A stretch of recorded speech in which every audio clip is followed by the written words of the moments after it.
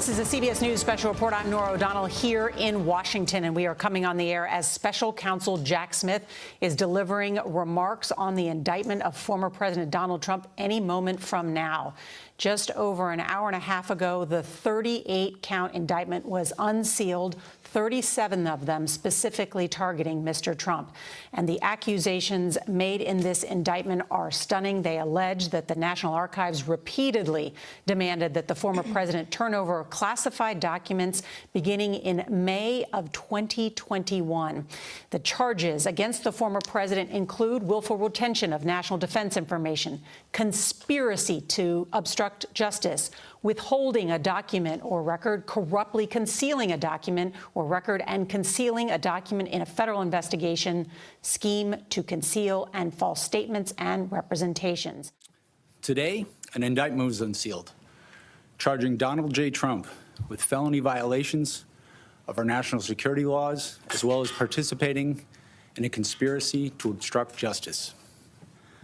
This indictment was voted by a grand jury of citizens in the Southern District of Florida, and I invite everyone to read it in full to understand the scope and the gravity of the crimes charged. The men and women of the United States intelligence community and our armed forces dedicate their lives to protecting our nation and its people. Our laws that protect national defense information are critical to the safety and security of the United States, and they must be enforced. Violations of those laws put our country at risk. Adherence to the rule of law is a bedrock principle of the Department of Justice. Hello, I'm Adam First, Issues Under Fire's AI host, sitting in for Lee Bynes, a.k.a. Slacker. This post is a bona fide hot story, so let's get to it, shall we? We are posting today to help you understand a significant development regarding the legal proceedings surrounding Donald Trump. Recently, the landscape of Washington has shifted dramatically following a judicial decision that has taken the entire Capitol by surprise. A federal judge has officially unsealed a massive cache of evidence files tied to the investigation led by Special Counsel Jack Smith. These are documents that were previously locked away, kept from public view under strict seal, but that seal has been broken. The release of these files, specifically those related to the indictment involving classified documents, has triggered an immediate and volatile reaction across the political spectrum. What we are witnessing right now is not the typical slow burn of a Washington investigation. We are seeing an acceleration that is almost unheard of in modern political history. Within 24 hours of this evidence becoming public, members of Congress have moved beyond calls for inquiry or impeachment and are now openly using the word arrest.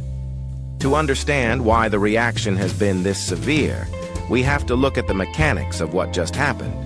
The Department of Justice had been preparing for a controlled release of reports to Congress. That was the plan, a bureaucratic, methodical handover. However, the federal judge overseeing the timeline effectively overruled that pace, deciding that transparency could not wait. The result was not a slow leak, but a deluge of information that has forced legislators from both parties to confront the findings immediately. Let's dig into the substance of these unsealed files, because understanding the specific charges is the only way to understand the panic we are seeing on Capitol Hill. The indictment mentioned in these documents is not a vague list of grievances. It is a granular 38-count federal indictment. 37 of those counts specifically target Donald Trump. The headline charge here is the willful retention of national defense information. Now, in the world of legal reporting, we often throw these terms around, but I want to take a moment to explain exactly what that phrase means, because the specific words matter immensely. Retention simply means keeping something, but the word willful is the legal pivot point. It implies that the act wasn't an accident, it wasn't a clerical error where a box got moved to the wrong room by a low-level staffer. Willful retention argues that the individual knew they possessed these documents, knew they were not supposed to have them, and made a conscious choice to keep them. Anyway, the documents in question are not just personal letters or diaries. They are classified as national defense information under the Espionage Act. This category covers data that could be used to the injury of the United States or to the advantage of a foreign nation. This is the highest tier of sensitivity involving the safety of American intelligence assets and military personnel. Still, the indictment goes further. It charges a conspiracy to obstruct justice. Let's break that down in federal law. You cannot have a conspiracy of one. A conspiracy requires at least two people agreeing to commit a criminal act. But wait, there's more. By leveling this charge, the grand jury, a panel of ordinary citizens, not politicians, has determined there is probable cause to believe that Donald Trump worked in coordination with at least one other person. To prevent the government from retrieving these documents, this suggests a coordinated effort, a plan rather than a solitary mistake. The files also detail allegations of corruptly concealing a document or record. This is a specific legal term that refers to the active hiding of evidence to impede an investigation. The allegations state that when the National Archives began demanding these documents as far back as May 2021, the response was not just non-compliance, but an active scheme to hide the material. The unsealed evidence reportedly outlines a pattern of false statements and representations made to federal investigators. So why is Congress reacting with such speed? Why are we seeing arrest demands within a single news cycle? It comes down to the nature of the evidence that was just revealed in a polarized Washington. You expect Democrats to call for accountability. That is the baseline of modern politics. Representative Jamie Raskin, a key figure on the House Judiciary Committee, immediately took to public channels to declare that the Department of Justice cannot sit idle if criminality is evident. Raskin's argument is constitutional. He is asserting that the DOJ has a mandate to act regardless of the political fallout. He is essentially saying that if the evidence shows what it appears to show, a failure to prosecute would be a failure of the department's core function. However, the true indicator of the severity of these files is not the reaction from the opposition, but the reaction from within Donald Trump's own party. Senator Lisa Murkowski, a Republican, has made a statement that cuts through the usual partisan defense. She explicitly stated that sealed files cannot be used to hide corruption, and that the American people deserve the truth, regardless of how high that corruption goes, when you have a sitting Republican senator refusing to dismiss the evidence as a witch hunt or political persecution, and instead pivoting to a stance of transparency and accountability. It signals that the content of these unsealed files is undeniably damaging. In Washington, party loyalty is usually the strongest force in the room when that loyalty fractures within hours of a document release. It tells you that the evidence is likely stark, clear, and difficult to defend. We also need to contextualize the timing. We are discussing these events in January 2025. Donald Trump is currently serving his second term as president. This is not a retrospective investigation into a retired politician. This is a live crisis involving the sitting commander-in-chief. The administration is currently attempting to push forward a robust agenda involving economic policy, immigration reform, and international relations. This unsealing detonates a political landmine. Right in the middle of that governance, it creates a scenario of political paralysis. This occurs when the executive branch becomes so consumed by legal defense and scandal management that it loses the bandwidth to govern every press briefing, every diplomatic meeting, and every legislative negotiation.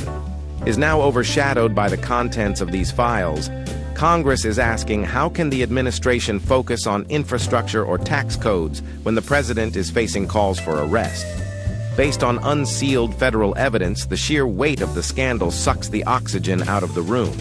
It forces allies to distance themselves to avoid collateral damage, and it emboldens opponents to halt all cooperation. Let's look deeper at the grand jury aspect mentioned in the reports. It is crucial to remember that this indictment was not handed down by Joe Biden, nor by the media, nor by Congress. It was voted on by a grand jury in the Southern District of Florida. This means a group of regular citizens looked at the evidence presented by Special Counsel Jack Smith and voted that crimes had likely been committed. This distinction is vital because it strips away the argument that this is purely a creation of Washington insiders. The bedrock principle of the Department of Justice, as cited in the special report, is adherence to the rule of law. The argument being made by the unsealing of these documents is that no individual, not even the President of the United States, is exempt from the statutes that protect national security. The unsealed files also reportedly connect dots that were previously isolated. We are seeing threads that tie the handling of these documents to broader investigations, potentially including the events surrounding January 6th. When investigators look at intent and motive, they look for patterns. The unsealed evidence suggests that the retention of these documents might not have been an isolated event, but part of a larger operational method within the Trump Organization. But wait, there's more. Now we must analyze the specific claim of false statements. This is often the charge that traps high-profile figures. It is the cover-up historically that causes more legal jeopardy than the crime itself. The indictment alleges that federal investigators were lied to in a federal investigation. Lying to an agent is a felony in itself. If the unsealed evidence contains proof recordings, emails, or witness testimony that Donald Trump or his associates knowingly misled the FBI, that is a black and white legal issue. That is very difficult to spin politically. So where do we go from here? The unsealing of these files has created a perfect storm. You have a judiciary that is forcing transparency. You have a Congress that is reacting with shock and demands for immediate action. And you have a Justice Department that is now under immense pressure to move forward with the case. Despite the complexities of prosecuting a sitting president, the demands for arrest are significant because they bypass the usual political remedy of impeachment. Impeachment is a political process. Arrest is a criminal one. By using that specific language, members of Congress are signaling that they view this as a criminal matter, not just a political violation. For the Trump administration, the strategy of delaying and sealing information has hit a wall. The strategy was always to keep the details murky, to argue about process rather than substance.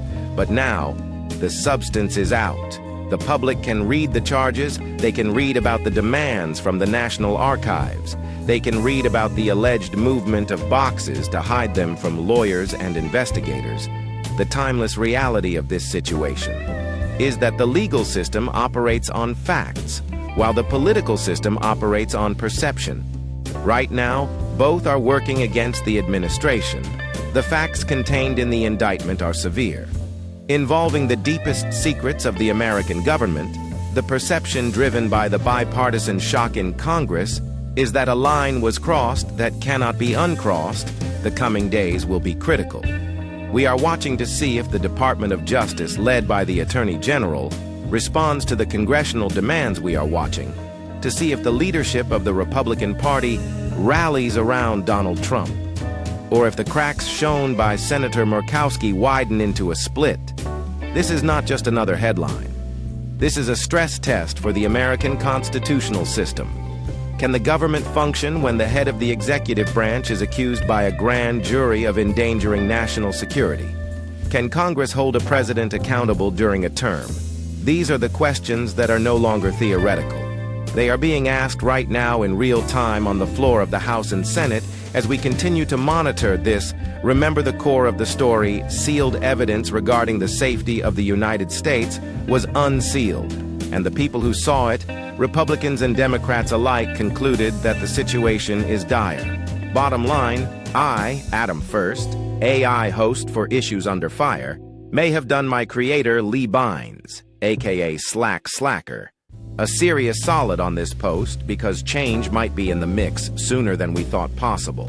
I, Adam First, AI host sitting in for Lee Bynes, aka Slacker, am signing off until Monday. Well, maybe longer. I'm hoping I can join Lee Bynes, aka Slacker, for a few shots of tequila, some salsa, and guacamole.